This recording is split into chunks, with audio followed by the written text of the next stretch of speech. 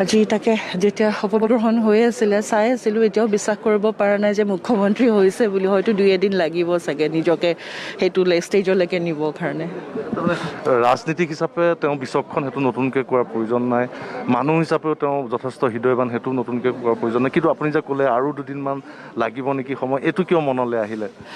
কাৰণ মই যেতিয়াৰ পৰা পাইছোঁ, ধৰক মই আৰু কেইটামান ক'লোঁ যে মই যেতিয়া পাইছোঁ মই 17 বছৰ আৰু তেওঁ 22 বছৰ আছিলে। আৰু তেতিয়াৰ পৰাই মানুহজনৰ বেলেগ কথা, সদায় পলিটিক্স আৰু বিয়াও যেতিয়া হৈছোঁ MLA হিচাপে হ'লোঁ, তাৰপিছত মন্ত্ৰী হ'ল, তাৰপিছত আমাৰ এটা দীৰ্ঘ এটা জীৱন পৰিক্ৰমা আমি কটালোঁ।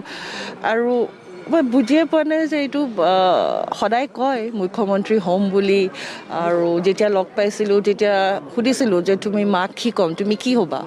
কি কৈছে মই CM হ'ম বুলি ক'বা। তেতিয়া অলপ দেৰি মই থৰ লাগি চাই আছিলোঁ, মই বোলো 22 বছৰত এইটো 22 বছৰত বোলো কি কথা ক'লে। তাৰপিছত কিন্তু আজি এতিয়া যেতিয়া বহি আছিলোঁ তাকে অনুভৱ কৰিছিলোঁ, যি কৈছিলে দেখোন তাৰমানে লক্ষ্যটো আছিলে সদায় হোৱা, আৰু আজি দেখোন হৈ দেখালে। কিন্তু নিজৰে হয়তো চাগে মই নাজানো কিয় সদায় হিমন্ত হয়তো চাগে কালি এতিয়া কিবা এটা সৰু কথাত এনেকৈ কৈ আছোঁ CM ডেজিগনেটেড CM মই তেতিয়া সুধিলোঁ, মই কোন? অলপ দেৰি মোলৈ চাইছে, মই সেইটো এতিয়া সময় লাগিব চাগে। 22 বছৰ আগতে এইটো কৈছিল, তেতিয়া লাগিছিল তাৰমানে ধেমেলীয়া নিচিনা, কিন্তু আজি সেইকাৰণে চাগে আজি মানে সেইটো কাৰণে চাগে সি ধেমালিকে কৈছিলে।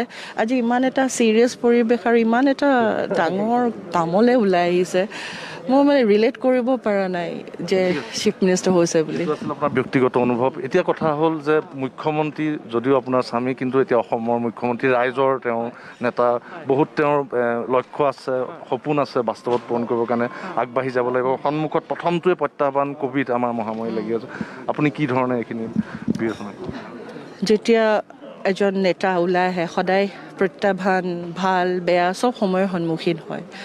আৰু যোৱা 5টা বছৰতো যেতিয়া আমি দেখি আহিছিলোঁ যে এই এটা পেণ্ডেমিক, এনেকুৱা এটা আনন'ন ছিটুৱেশ্যন এটা, কিন্তু যিটো গতিত তেওঁ হেণ্ডেল কৰিছে আৰু যিটো গতিত অসমখন এই পেণ্ডেমিকৰ পৰা, মই কোৱা নাই যে বচাই শেষ কৰি, কাৰণ এইটো সম্ভৱ নহয়, কিন্তু সেই পৰিস্থিতিটো যিটো সুন্দৰকৈ নিয়ন্ত্ৰণ কৰিছে, সেই নিয়ন্ত্ৰণ কৰা ক্ষমতাটো আৰু আগবাঢ়ি যোৱাৰ তেওঁ কামৰ যিটো পাৰদৰ্শিতা বা যিটো লক্ষ্য, মই এনেকুৱাই লাগিছে যে যিটো তেওঁ যিটো সদায় কৈ আছে যে এখন অসম তেওঁ নিজে ইমাজিন কৰিছিলে। আৰু সেই অসমত বিভিন্ন ধৰণৰ যেনেকৈ চেলেঞ্জেছ আহিব, নিশ্চয় আহিব, কাৰণ এটা পাব্লিক যেতিয়ালৈকে ওলাই আহে বা পাব্লিক লিডাৰ বা পাব্লিকৰ প্ৰতি আহে, এনেকুৱা সমস্যা নহয় যে এটা লিখিত বা এনেকুৱা আহিব, বেলেগ ধৰণৰ আহে। কিন্তু এটাই কনফিডেন্স যে সদায় সমস্যাখিনি তেওঁ নিজৰ অন্তৰৰ পৰা আৰু সদায় নিজে হৃদয়ৰ পৰা, মানুহে কয় no you should think from the head or the heart, he thinks both from the head and the heart. সেইকাৰণে হয়তো সমস্যাবোৰ খুব সুন্দৰকৈ সমাধান হয়।